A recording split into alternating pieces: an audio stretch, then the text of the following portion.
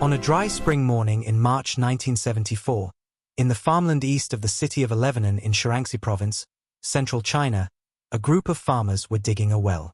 They needed water. The region had been experiencing drought. The commune had assigned them to find a new water source in the fields east of the village of Xiang, and they were digging through the dry yellow loess soil with the specific practical focus of people doing a necessary job in difficult conditions.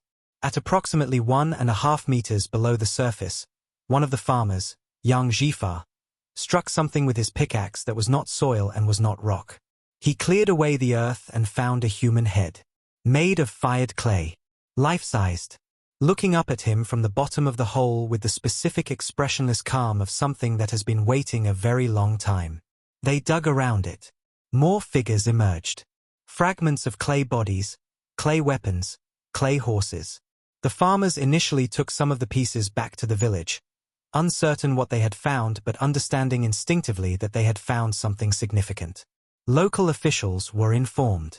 The reports traveled up through the administrative hierarchy of Shaanxi province. And eventually the archaeologists arrived. What the archaeologists found, what the subsequent 50 years of excavation and scholarship have gradually revealed in its full staggering scale, is the most ambitious funerary project in the history of human civilization.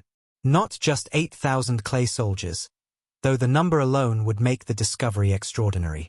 The soldiers are merely the outer guardians of something incomparably larger. The tomb of Qin Shi Huang, the first emperor of China, the man who unified 7 warring kingdoms into a single empire in 221 BCE and who spent the remaining 11 years of his life and the labor of approximately 700,000 workers building the burial complex that was intended to serve him in death as completely and as grandly as his palace had served him in life.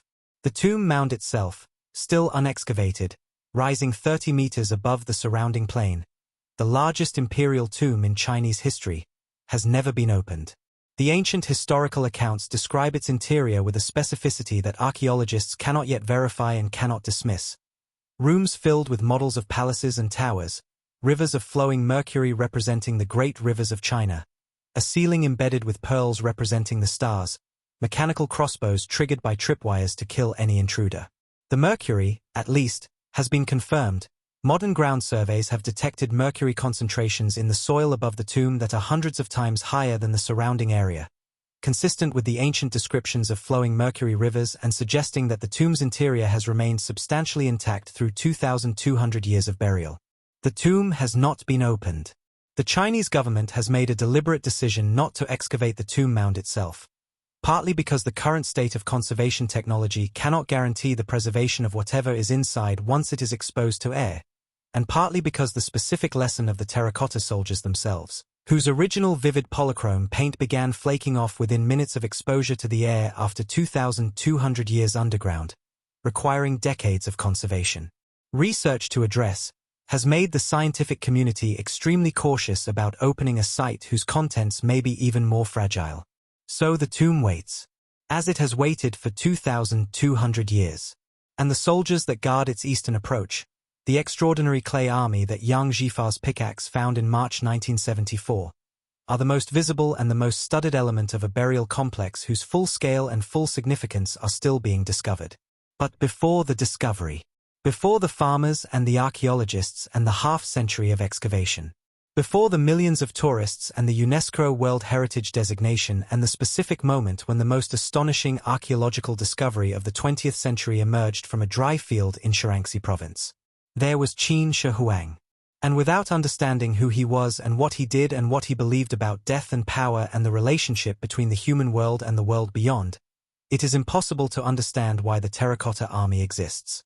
Ying Zheng, the personal name of the man who would become Qin Shi Huang, was born in 259 BCE, the son of King Zhuangxiang of the state of Qin, one of the 7 major kingdoms that had been fighting each other for supremacy across what is now northern China for over 2 centuries in the period historians call the Warring States.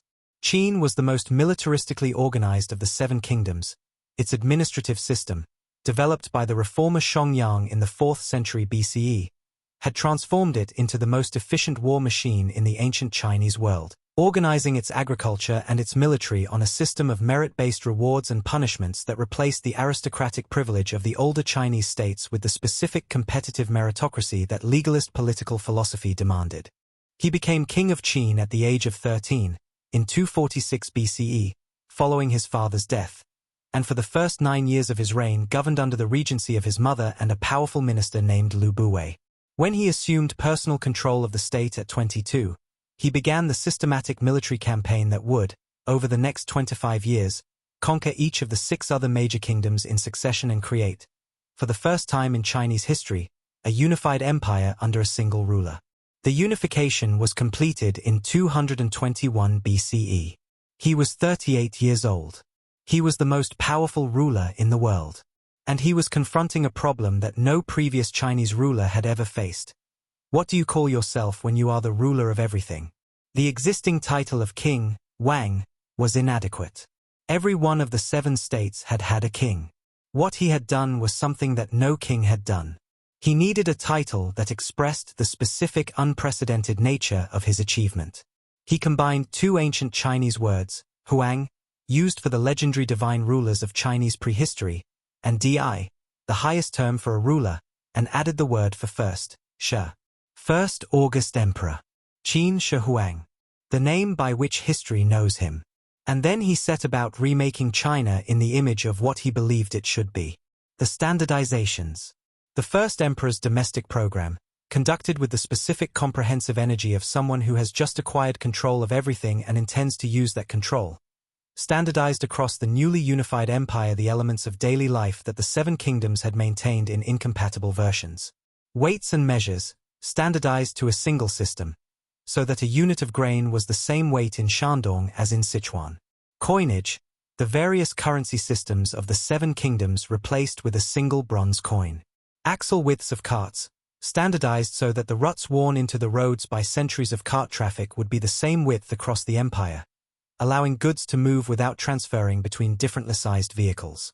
Writing, the various scripts used by the 7 kingdoms standardized to a single form that would eventually become the ancestor of modern Chinese characters. The Great Wall. The northern frontier of the unified empire was threatened by the nomadic confederacies of the Xiongnu, the mobile cavalry peoples of the Mongolian steppe whose specific military capabilities could not be countered by the settled infantry armies of China without some form of fixed defensive infrastructure. Qin Shi Huang connected and extended the existing walls that the northern kingdoms had built along their own frontiers into a continuous defensive line.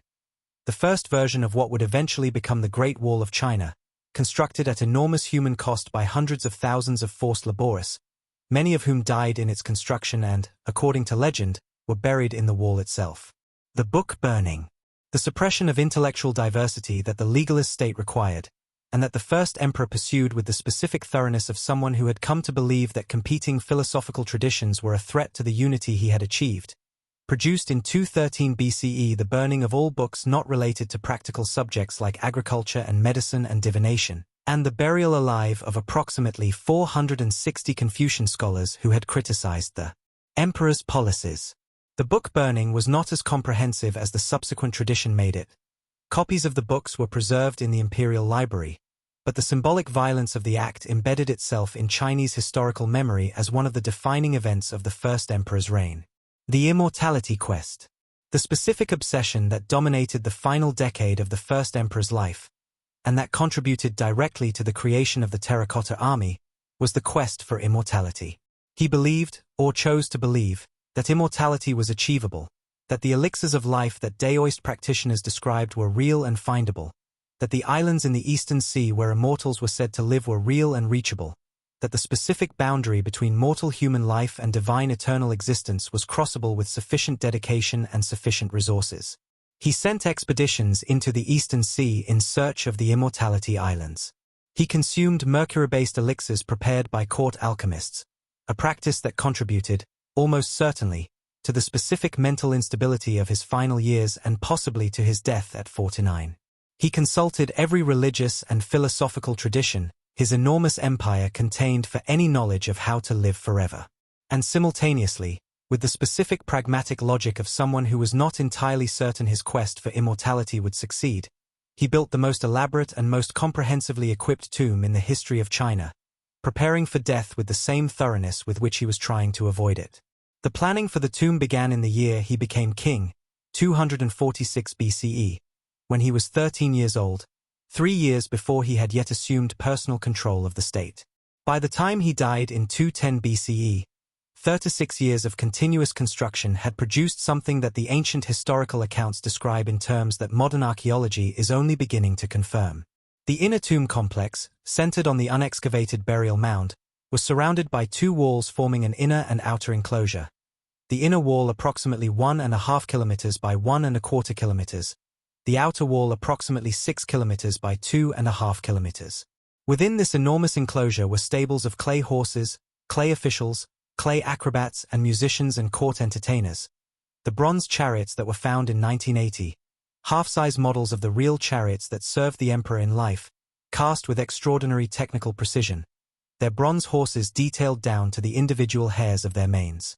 There were pits containing the skeletons of real horses. There were the sacrificial graves of the workers who built the inner tomb, killed to preserve the secrets of its construction. And to the east, outside the outer enclosure, guarding the approach from the direction of the kingdoms the first emperor had conquered, the Terracotta Army. The army is organized in 3 main pits and 1 empty pit. An army of approximately 8,000 soldiers, 130 chariots and 520 horses in the main pit alone, arranged in the specific military formation of a Qin army in battle order. The vanguard, 3 rows of unarmed infantrymen, their crossbow bolts spent, facing east toward the enemy, at the front. The main force, ranks of armored infantry interspersed with war chariots, behind. The flanks, cavalry and chariot units, protecting the sides. The rearguard, a reversed formation facing west to guard against attack from behind. It is not a static display. It is a deployment. The soldiers are arranged as they would have been arranged for battle. The specific military knowledge of a civilization that had been fighting wars for centuries encoded in the arrangement of 8,000 clay figures in an underground chamber. The technical achievement of the terracotta soldiers is extraordinary on multiple levels. Each figure is approximately life-sized, between 170 and 190 centimeters tall, consistent with the actual height range of Qin soldiers, taller than most ancient Chinese soldiers because the Qin state's superior nutrition and military training had produced men of exceptional physical development. Each figure was made in a specific process, the body and legs formed from a hollow core, the arms and hands added separately, the head made separately and attached last, the facial features modeled individually after the basic head shape was established. The faces. This is the element of the Terracotta Army that most immediately arrests every visitor who encounters them. The specific, individual quality of 8,000 faces, no 2 of which are exactly alike. The hairstyles differ, top knots, braids, different configurations of hair that probably indicated unit affiliation or rank. The facial features differ, different eye shapes, different jaw lines, different expressions ranging from serene to alert to something that reads, across 2,200 years and the specific cultural distance between ancient Qin and the modern visitor, as worried. The mustaches and the beards differ. The specific combination of mass production technique and individual modeling that produced 8,000 distinct faces in the workshops of the Qin state is one of the most technically sophisticated ceramics achievements in the history of the craft. They were painted. This is the fact about the terracotta soldiers that most surprises people who know the army primarily from photographs and museum displays. The soldiers they see are the color of fired clay, the specific tan and gray of exposed ceramic. But when they were made, they were vivid with color, red and green and black and blue and purple paint covering the armor and the skin and the hair. The specific polychrome brightness of a military parade rather than the archaeological monochrome of what we actually see. The paint began flaking off within minutes of the soldiers being exposed to air in the 1970s excavations. The specific humidity differential between the underground chamber and the Shaanxi air producing a rapid deterioration that the early excavations could not prevent and that conservation science has been working to address ever since. The discovery process has been ongoing for 50 years. The first pit, the largest, containing approximately 6,000 soldiers, was excavated beginning in 1974. The second pit, containing cavalry and mixed military units in a more complex tactical formation, was found in 1976.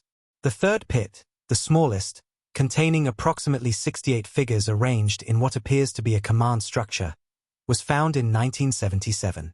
A fourth pit was identified but is empty, possibly abandoned when the first emperor died before it could be completed. The individual soldiers were removed from the pits, restored, and replaced in their original positions. A conservation and reconstruction process of extraordinary complexity and duration. The specific challenge of reassembling shattered clay figures with thousands of fragments and correctly identifying which fragment belongs to which figure, requiring the patience and the precision of the most demanding three-dimensional jigsaw puzzle in the history of archaeology. Yang Zhifa, the farmer who struck the first clay head with his pickaxe in March 1974, became, in the subsequent decades, the informal human face of the discovery. He spent years working at the archaeological site, then years signing books in the gift shop at the museum that was built above the excavation site. He received a small government stipend. He did not become wealthy from the discovery. The land, and everything under it, belonged to the state. His name is known primarily to people who have researched the discovery carefully enough to find it in the secondary literature rather than in the headline accounts that focus on the clay soldiers themselves. He was, in the specific way of people who find things by accident, both the most important person in the story of the discovery and the least celebrated. He needed water. He found 8,000 soldiers. History is sometimes made by people digging wells. The Terracotta Army is now one of the most visited archaeological sites on Earth, approximately 2 million visitors per year, a purpose-built museum complex of 3 main buildings covering the 3 excavation pits, a 4th building covering the bronze chariots, and the surrounding landscape of the larger tomb complex managed as an archaeological park. The UNESCO World Heritage designation came in 1987, recognizing both the Terracotta Army and the broader mausoleum of the first Qin emperor. The excavation continues. New pits are found periodically, a pit of civil officials found in 2000, a pit of acrobats found in 2001, a pit of stone armor found in 2001, each one adding a new dimension to the understanding of what the first emperor was building in the fields east of his capital. The estimate of the total number of figures in the Terracotta Army has grown with each new discovery, from the initial estimate of 6,000 in the 1970s to the current working figure of approximately 8,000 soldiers, but potentially more, since the excavation of the main pit alone is only approximately a quarter complete. The Mercury is still in the ground above the unexcavated tomb mound. The crossbows are presumably still cocked. The pearl-embedded ceiling of the burial chamber is presumably still intact. The clay rivers of Mercury, if the ancient accounts are accurate, are presumably still flowing, or pooled, or whatever they are after 2,200 years underground. The first emperor is presumably still there, waiting, as he always waited, to be served with the thoroughness and the magnificence that he believed his achievements had earned. The farmers needed water in March 1974. They found an emperor instead.